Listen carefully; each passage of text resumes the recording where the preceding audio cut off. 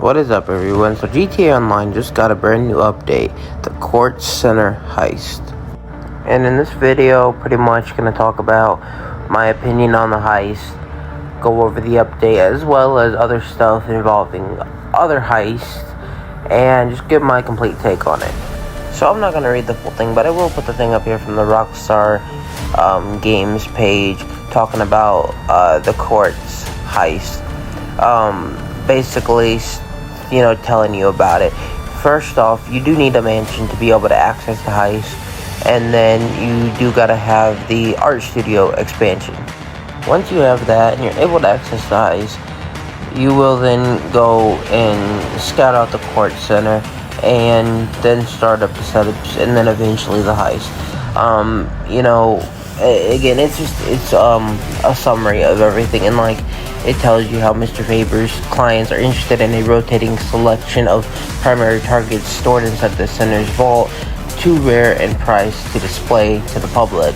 And then accessing these vaulted treasures will require bypassing state-of-the-art defenses, including first rare security teams, and stuff like that. Here's the full thing. And then, like it says right here, ultimately you can decide if you want to sell the primary target or keep it for yourself to display it inside your mansion. Now, you're most likely going to want to sell it because the primary target's what's most likely going to be the most amount of money when you're doing the heist. Now, we will be getting into the effect that this new update had on other heists, if it had any effect. But first, I want to continue covering this new heist. Basically, in this heist, like I said, the primary target being the main attraction going into it with the vault and the displays in the Bell building. They're also containing, as it says right here, secondary targets, just like in the KO Perico heist where you had the main attraction and then you had the secondary targets. The secondary targets are going to be worth money, but the main attraction is what you're going to want the most.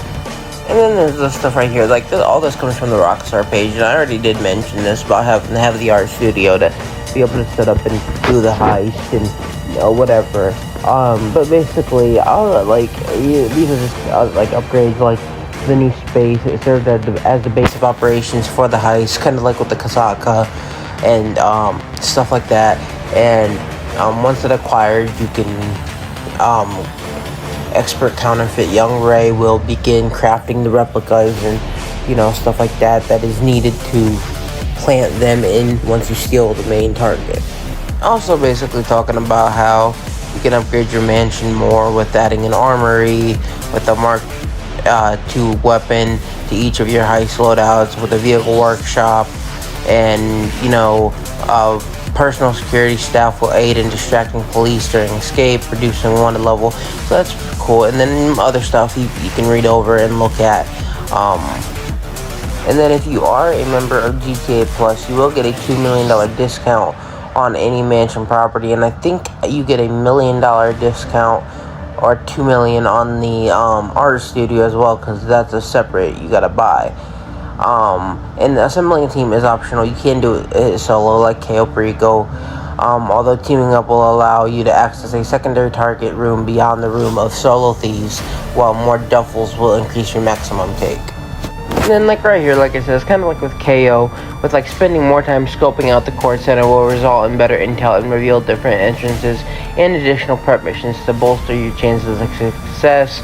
This will affect your approach and escape strategies, while optional disruptions will weaken the Kortz Center's security or leave them confused about your whereabouts. So pretty much the same like KO had, with the different ways of doing it there, and different prep options and different, a bunch of different ways to do it and set it up.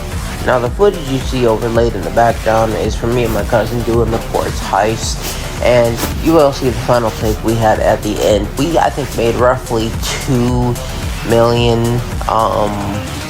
in total take. Now, this heist works a little differently from other ones, because this is a heist where you split a take, like a 50-50 cut, or a 60-40, a 70-30, whatever you're going to split it with, whoever you're playing with. It's basically whoever gets what is who gets. So if the primary target is worth $1.9 million, whoever picks up the primary target, that's how much they're gonna get.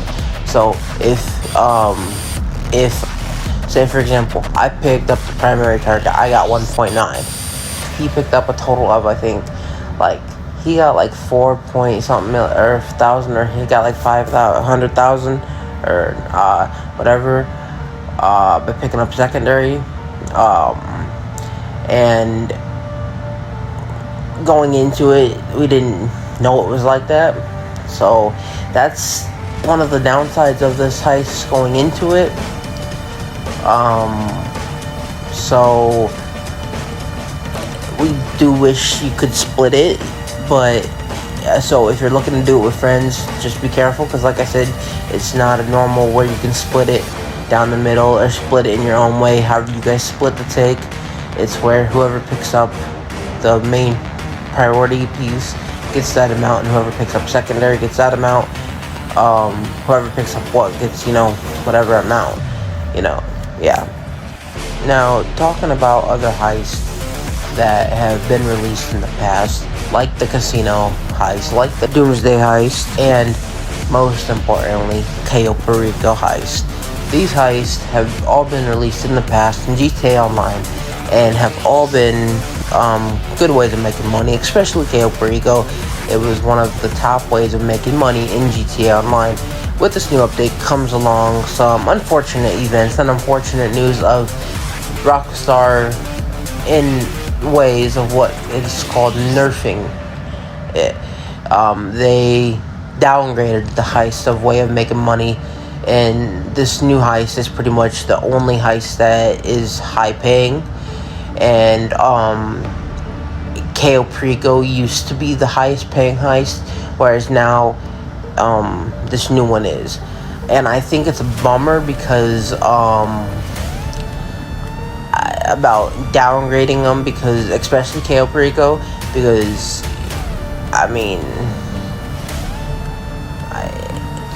not only was it one of the more fun ones to me, but it was also obviously one of the more high paying ones. So that was unfortunate, the fact that they, in a sense, like I said, nerfed it to where it now pays more or less than what it does. I'll try to find the prices of what they nerfed it to and put it on the screen if I can. I just know it's not like it used to be. I think it's down like a 30% margin from where it was, which it doesn't seem like much, but it really is.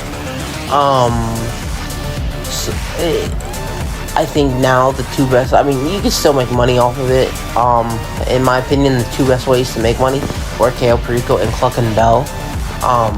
Which, you can still do Cayo Perico, especially if you enjoy it, and if you're gonna, you sit there, you, do the setups, do everything, and, I think this new heist, as of now, unless they nerf it, is gonna be the best way of making the money, and, everything else. So with the series of unfortunate events that came within the update, we did get a few other things. We got a couple cars, we got whatever.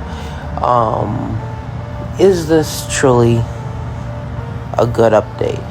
Let's see. I do think it's a good update. I know people have mixed emotions on it. I truly believe it's a good update, and especially being the last one. I know Rockstar never technically confirmed it's the last update, but it most likely is. With GTA 6 coming out in like 4 months, it's most likely the last update and the last heist that we're gonna get in the game. And it's a cool update, and it's a cool way to make money, good way to make money. It's quick, it's easy. I think it only took, to do the setups, it only took, I think, 20 minutes, 25 minutes, which was undeniably quicker than the other heist. Maybe if you compare it to KO, it was probably quicker. It depends. Like I said, probably 25 minutes, 20 minutes is all it took to do the setups, and then ultimately 25 minutes to do the 25 minutes to do the main heist itself. So it's really easy, really simple, really quick, and the cooldown time is really quick after to redo it again. And this is just my opinion. I know people have their own, but as my opinion, as my take, I do really think it's a good way to make money. It's a good update. Apart from the other stuff, the nerfing, the past Heist, as from KO and Doomsday and Casino and stuff like that. Even though there's still good ways to make money, you still make money. I mean, you can, like I said, I got the prices up here. I'm just not saying you can't make money. It's not like it used to be, and it's just different. And I know there's people out there that only enjoy the KO and only do KO, and I can understand it. And if you're one of those, or if you're one of the ones that only do the Casino or the Diamond, something like that, I can understand that. They all make money. But as of right now, the way this is solo, from my perspective, the way it looks, my favorite sits at the Kortz, and it's the best way to make money with recent nerfs, especially if you're doing it solo. I do plan on having videos up about playthroughs of the setups and of the complete heist. This clips that you see are from the heist of, like I said, me and my cousin playing. A full video will be up eventually on the channel, and these clips are from it. Some might be from the setups, but like I said, this is all just my opinionated. And I hope you guys enjoyed this video, and overall, like I said, I do enjoy the heist. Like I said, it's quick, it's easy, it's enjoyable, and I think it's a good update, and I'm definitely, it's got plenty of replay value, and so as we continue to wait for GTA 6 and with the final update, and signing off with this, and thank y'all for watching, and I will see you in the next one. So before I officially end this video, I forgot to mention it during the actual recording process. After you finish the mission, you will get a text message from Michael, and this is what it says, and I popped the image up right here so you guys can read it. It's nothing major, but it's cool little thing, considering, once you get the safe house, once you get the mansion, safe house in the hills, all of it, you get the mission with Michael, you get the cutscene, it all ties in. It's a good way to pay it off, good way everything, and I like it. And he's like, did you see the Kortz thing? No, just for some reason made me think of you. It's a cool little thing, so I thought I'd add that in.